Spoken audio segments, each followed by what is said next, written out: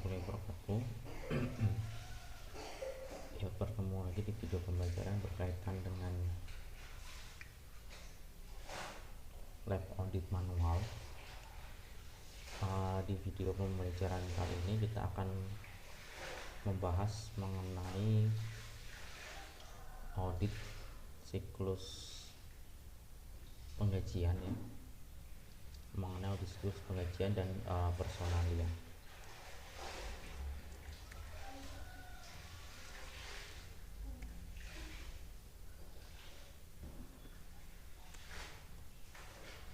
Oke, di modul lab 7 ini ada tiga tujuan pembelajaran. Yang pertama, kalian akan memahami bagaimana cara mengaudit siklus penggajian dan personalia. Kemudian akun-akun dan dokumen yang terkait dalam melakukan pengujian atas siklus penggajian dan personalia. Kemudian bagaimana melakukan prosedur analitis yang diperlukan dalam audit siklus penggajian. Jadi sebelum kita ke tahapan audit, berarti kita harus memahami berkaitan dengan siklus penggajian dan personalia. Ini ada siklusnya. Pertama, ketika kita berbicara terkait dengan penggajian dan personalia, maka akan meliputi berkaitan dengan transaksi penggajian untuk karyawan. Kemudian ketika ada penggajian, otomatis nanti akan ada perhitungan pajak, baik PPh pasal 21, 22, 26 yang dipotong oleh perusahaan untuk pegawai, seperti itu. Nah, di modul ini sudah ada tinjauan teorinya. Yang pertama berkaitan dengan siklusnya, ya. Teorinya ini merupakan siklus penggajian berarti berkaitan dengan pekerjaan dan pembayaran kepada karyawan. Nah, siklus ini penting karena kan ini berhubungan dengan gaji dan upah yang merupakan komponen utama dari kebanyakan perusahaan, ya, komponen utama perusahaan. Kemudian merupakan beban tenaga kerja yang merupakan hal yang penting dalam penilaian persediaan, ya. Jadi untuk memproduksi persediaan. Kemudian penggajian juga merupakan bidang yang merupakan bisa menimbulkan pemborosan karena misalkan SDM-nya tidak efisien, atau misalkan ternyata munculnya fraud, ya, sering menimbulkan pemunculan fraud. Dan perbedaan siklus ini dengan siklus yang lainnya, ya, untuk siklus penggajian hanya ada satu golongan transaksi, yaitu transaksi penggajian. Kemudian pengendalian internalnya biasanya sudah efektif karena ini berkaitan dengan karyawan, dan biasanya kalau gaji tidak dibayar, maka karyawan biasanya akan protes, seperti itu. Kemudian audit atas siklus ini terdiri atas perolehan pemahaman atas SPI, penetapan risiko pengendalian, pengujian substantif atas transaksi, kemudian pengujian analitis dan pengujian terinci atas saldo, sama, ya. Kemudian tujuan audit ketika kita berkaitan dengan siklus penggajian, nanti akan ada beberapa tujuan audit, yaitu yang pertama berkaitan dan keberadaan, dimana apakah gaji benar-benar dibayarkan atau tidak, keberadaannya ada atau tidak. Kemudian kelengkapan, apakah seluruh transaksi penggajian benar-benar dicatat atau tidak, jangan sampai sudah dibayar tetapi tidak dicatat. Kemudian akurasinya, apakah penggajian dicatat pada jumlah tingkat upah yang sesuai, gitu, ya. Kemudian ketika ada pemotongan, apakah sudah dilakukan sebagaimana mestinya. Kemudian ketika klasifikasi, maka apakah sudah diklasifikasikan dengan memadai dan juga tepat waktu, apakah sudah dicatat secara tepat waktu, serta posting dan pengintisaran apakah sudah dilakukan ke dalam berkas penggajian dan diintisarkan dengan semestinya. Dokumen yang berkaitan dengan siklus penggajian berarti ada catatan kepegawaian, formulir otorisasi pengurangan gaji ketika ada, kemudian formulir otorisasi tarif. Kemudian ada juga nanti berarti perlu mengecek yang namanya kartu absen, kemudian ketika ada eh, laporan pengikhtisaran gaji atau jurnal penggajian, serta ada berkas induk penggajian.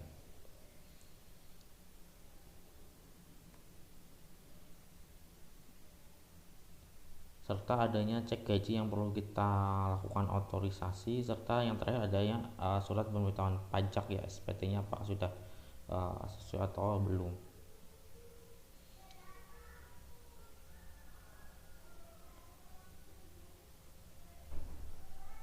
Kemudian ketika pengajian ini ternyata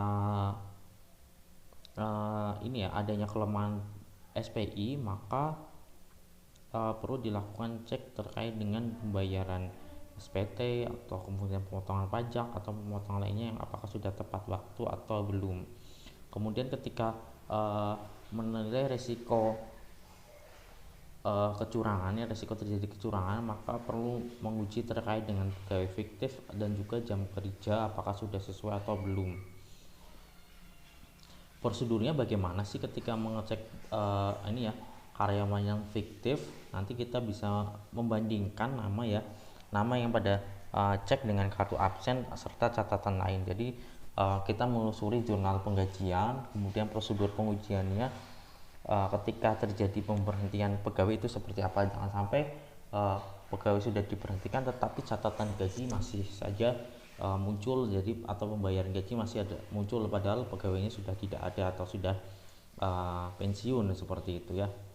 Kemudian prosedur analitisnya nanti dibandingkan ya, prosedur analitis pendahulunya untuk melihat apakah ada perbedaan atau tidak. Kemudian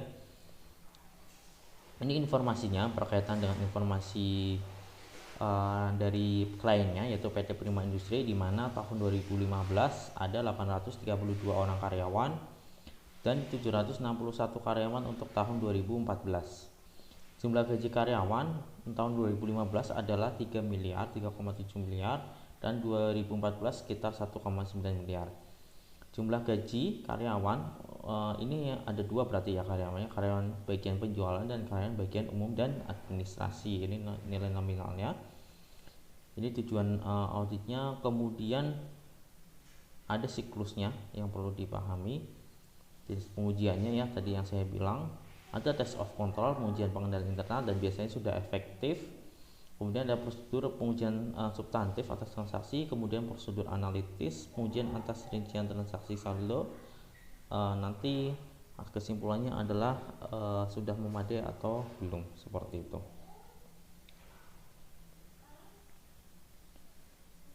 Untuk prosedur analitis tujuannya ya untuk menguji apakah ada kekeliruan, apakah ada salah saji gitu ya atau tidak gitu ya.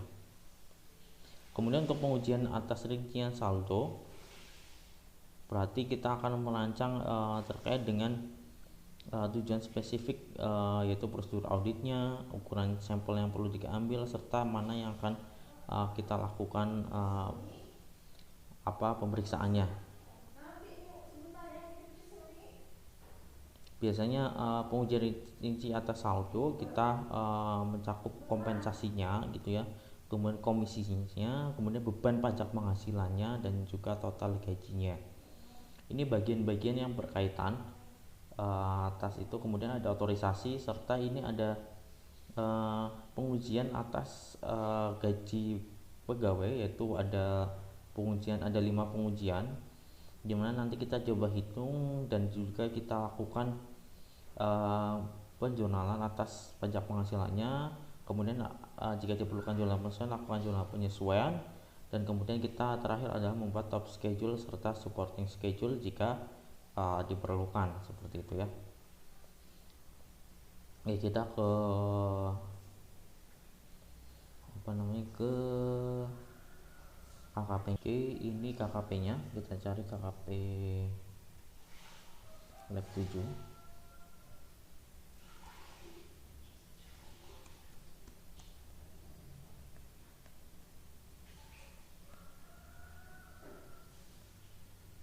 Nah, di KKP Lab 7 ini ada analytical review ya, prosedur analitis sama gitu ya. Kita kalian isi seperti pertemuan sebelumnya, apakah ada kenaikan atau penurunan. Kemudian ini juga sama. Yang selanjutnya kita melakukan pengujian atas 5 pegawai tadi ya. 5 informasi pegawai tadi kalian lakukan perhitungannya. Gaji per bulannya berapa, kemudian tadi ya kita lihat informasinya. Ini ya informasinya, berarti misalkan dari Dewi ya, Dewi itu nomor 1 Dewi, berarti gaji per bulannya adalah 4.800.000, berarti nanti kalian teruskan gaji per bulannya 4.800.000 di sini. Kemudian penambahannya ada penambahan apa saja? Bu Dewi ada penambahan lembur ya, biaya lembur sebesar 2.500.000, kemudian ada premi kecelakaan 60.000, berarti nanti penghasilan brutonya adalah 4.800.000 ditambah 2.500.000 ditambah 60.000. Ini seperti kalian belajar di pajak ya, menghitung pajak penghasilan, jumlah neto penghasilan ya. Kemudian kita lihat ada penghasilan bruto ya, tadi udah ketemu, ditambah dengan lembur, kemudian premi jaminan kecelakaan. Kemudian pengurangannya ada biaya jabatan, kemudian ada iuran pensiun ya, iuran pensiun. Oke. Biaya jabatan sebesar 5% ya, di sini sudah ada tulisannya 5% dari penghasilan bruto. Kemudian ada iuran pensiun 5% dari gaji per bulan ya, 5% dari gaji per bulan, bukan dari penghasilan bruto. Kemudian penghasilan neto sebulan, berarti nanti penghasilan bruto dikurangi biaya jabatan dikurangi iuran pensiun, maka akan menghasilkan penghasilan neto sebulan gitu ya. Ini 4.800.000 ya. Kemudian ini lembur 2,5 juta gitu ya, 2,5 juta. Kemudian premi 60.000. Kemudian tadi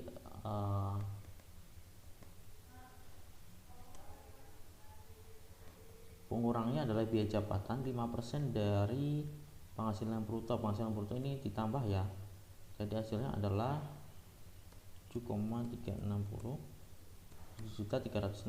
ya ribu. Kemudian 5% dari 7,3 ya,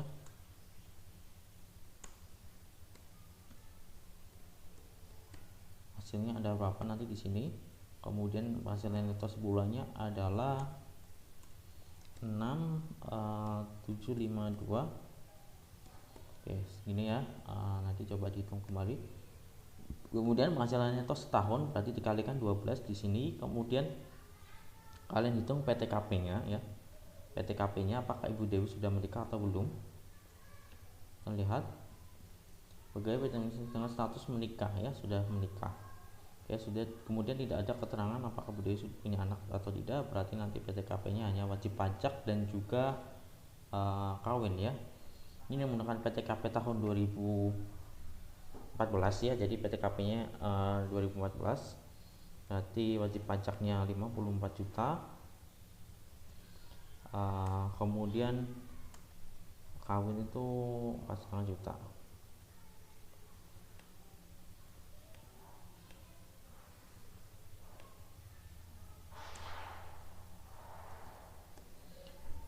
Oke,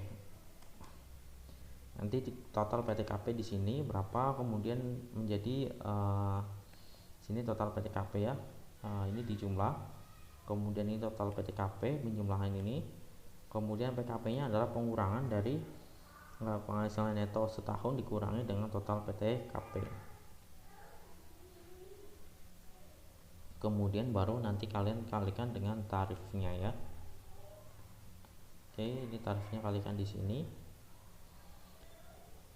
Baru nanti hasilnya adalah tarif PPh-nya ya, dibagi dengan 12, ini nanti hasilnya 1.126.200. Baru nanti ini dibagi 12, ini bagi 12 berarti hasilnya adalah 93.850, seperti itu ya. Kemudian yang kedua sama, yang kedua adalah Firdaus. Firdaus itu sudah memiliki satu anak ya, nanti berarti sama, gaji per bulannya 6.600.000 ditambahkan dengan penambahannya yaitu lembur, kemudian premi ya, premi, kemudian ini lemburnya adalah sudah selama setahun, preminya adalah 40.000 ya, dikurangi preminya 40.000, premi jaminan kecelakaan, kemudian iuran jaminan hari tua dan iuran pensiun. Berarti ada tambahan iuran jaminan hari tua ya, iuran jaminan hari tua sebesar 50.000 dan iuran pensiun 5% dari gaji pokok ya, dari gaji setiap bulan. Berarti menambah lembur, premi gitu ya, kemudian baru penghasilan neto sebulan. Biaya lembur 3 juta ya, selama setahun ya, biaya lemburnya berarti langsung ditambah. Ini 3 juta berarti nanti ini kan gaji pokok bulan 6.600.000, berarti nanti 3 juta dibagi 12 dulu untuk dimasukkan per bulan ya, 250 gitu ya. Ini juga tidak ada informasinya 7.500.000 itu berapa ya.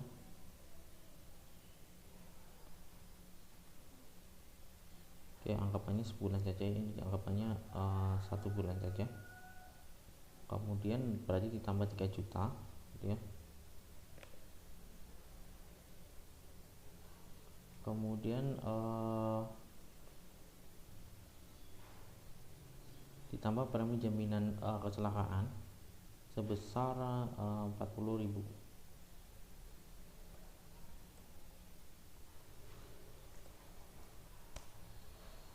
Oke, sebesar 40.000, baru nanti dihitung selama 1 tahun ya, pengurangnya biaya jabatan 5% ya, 5% dari gaji, kemudian biaya jabatan 5% ya, 5% dari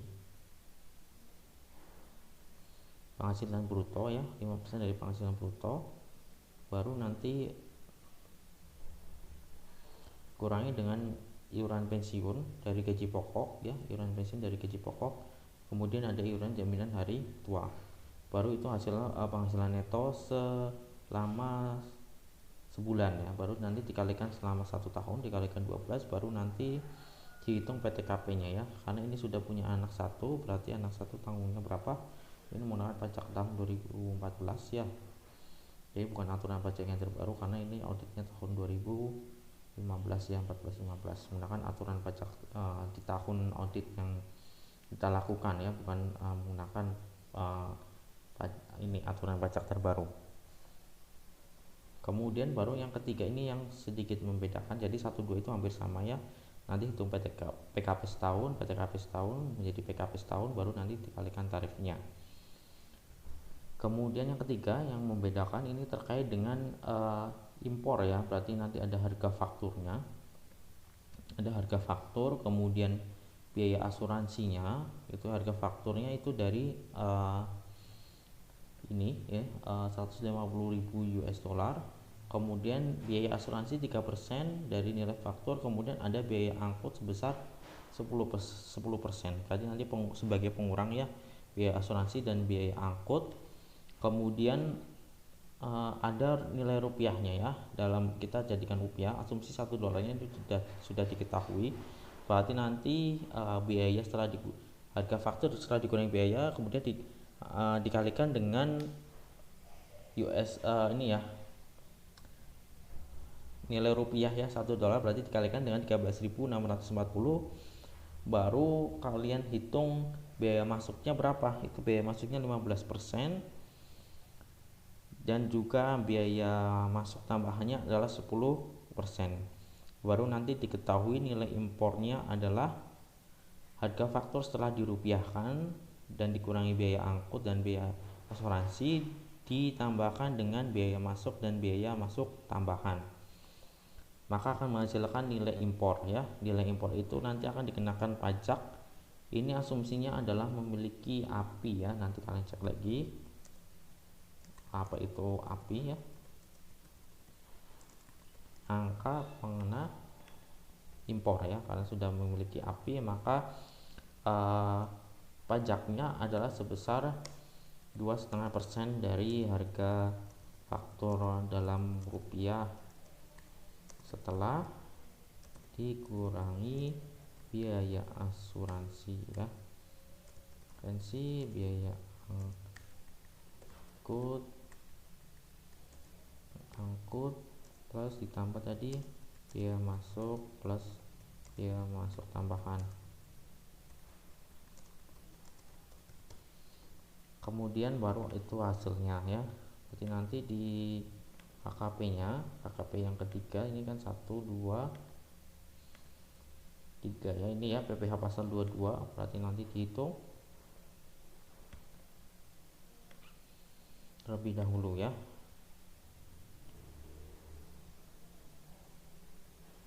Oke, berarti ini harga fakturnya nanti dihitung.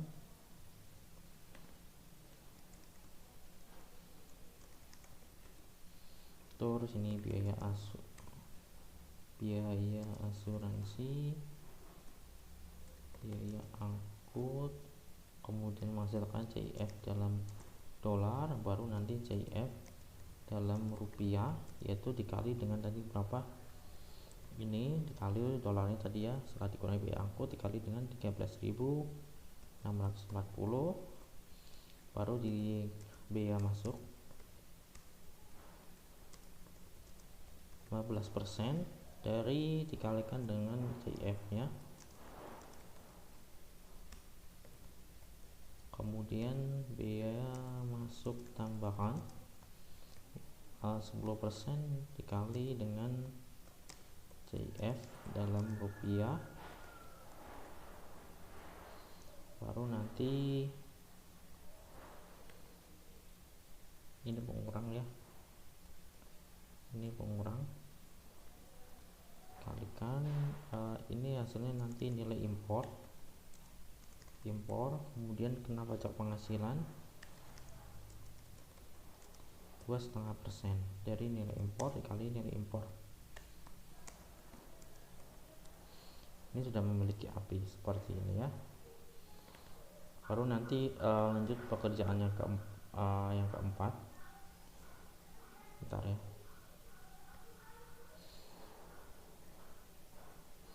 Berkaitan dengan PPh pasal 26.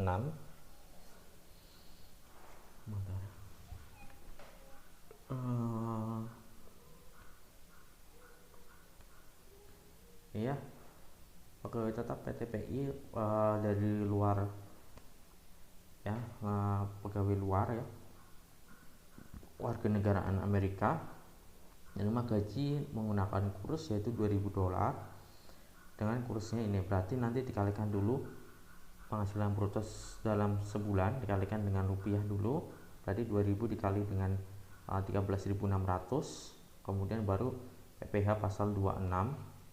Berarti berapa PPh pasal 26? 20% ya. Jadi dikali dengan 20% baru nanti itulah PPh yang terutang. Oke, kemudian yang terakhir adalah Meta. Meta itu seorang desain grafis mendapatkan honorarium. Honorarium berarti PPh pasal 21 atas honorarium berapa persentasenya? 5% dikali 50% dikali berapa itu honorariumnya 50 juta, seperti itu ya. Nanti hasilnya adalah perhitungan PPh pasal 21 atas honorarium. Itu saja anggapannya terkait dengan modul audit siklus penggajian dan personalia. Anggapannya adalah ini tidak ada yang namanya jurnal penyesuaiannya. Tadi hanya coba menghitung, ternyata ilustrasinya adalah hasilnya sudah sama dengan perhitungan dari klien, makanya tidak ada jurnal penyesuaian. Tetapi ketika nanti ada jurnal penyesuaian, berarti nanti tinggal dibalik ya. Tadinya misalkan utang PPh-nya ada di kredit ya, ketika ketika baru dicatat berarti kan utang PPh, ketika di PPh disetorkan berarti nanti penyesuaiannya adalah utangnya ada di debit ya, tadinya di kredit menjadi debit, seperti itu ya. Jadi ketika dicatatkan otomatis utang PPh bertambah, tetapi ketika disetorkan ya, PPh yang disetorkan maka utang PPh-nya di debit, kemudian ada uang kas keluar di kredit senilai utang PPh tersebut ya. Jadi seperti itu ya, karena tadi PPh-nya belum disetorkan. Jadi ketika saat disetorkan maka akan berubah menjadi utang PPh pada kas. Oke, itu saja terkait dengan auditnya, siklus audit pengajian dan personalia. Silakan nanti dipelajari dan pahami lagi ya bagaimana siklusnya. Oke, sekian dari video pembelajaran kali ini. Nanti kita akan lanjut di modul yang ke-8 terkait dengan audit siklus kas ya. Seperti itu. Itu saja, kita tutup dengan bacaan hamdalah, alhamdulillahirabbil alamin. Sekian dari video pembelajaran kali ini. Assalamualaikum warahmatullahi wabarakatuh.